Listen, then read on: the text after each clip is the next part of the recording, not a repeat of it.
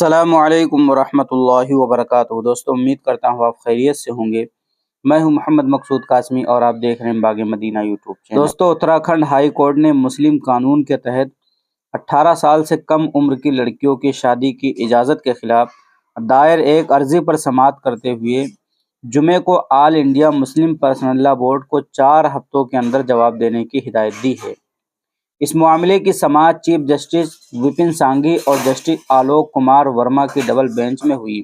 Youth بار ایسوسی ایشن of India کی جانب سے مفاد عامہ کی عرضی دائر کی گئی تھی، جس میں کہا گیا تھا کہ ملک میں پرسنل لا کے نام پر 18 سال سے کم عمر کی لڑکیوں کی شادیاں کی جا رہی ہیں۔ تحقیق سے یہ بات واضح ہے کہ کم عمری میں لڑکیوں کی شادی زیادہ تر ماں اور بچے کی صحت پر منفی اثر ڈالتی ہے۔ ایسے معاملات میں بچوں کی اموات کی شرح بھی زیادہ دیکھی گئی ہے۔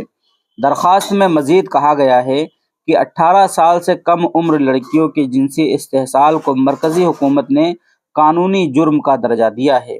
اس کے خلاف جنسی جرائم سے بچوں کے تحفظ پوکسو جیسا سخت قانون بنایا گیا ہے۔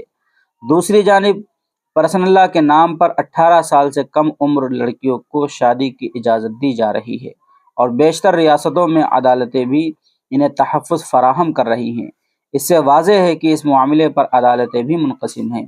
عرضی گزار کی جانب سے کرناٹک کی طرح اس معاملے میں بھی سخت قانون کا مطالبہ کیا گیا ہے اور ہائی کورٹ کو اس معاملے کا نوٹس لینا چاہیے، حکم جاری کرنے کی مانگ کی گئی ہے۔ تو دوستو ایک عرضی داخل کی گئی ہے اتراکھنڈ ہائی کورٹ کے اندر، وہ اس معاملے کو لے کر کے کہ مسلم پرسنل لا کی طرف سے اجازت دی جاتی ہے کہ 18 سال سے جو کم کی لڑکی ہیں ان کی بھی شادی کی جا سکتی ہے۔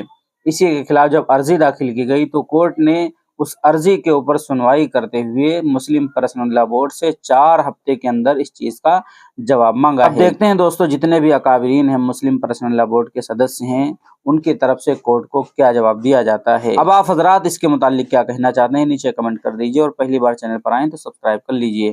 چلیے دوستو پھر ملتے ہیں انشاءاللہ جلدی کسی نئے ویڈیو میں کسی نئے ٹاپک کے ساتھ۔ السلام علیکم ورحمۃ اللہ وبرکاتہ۔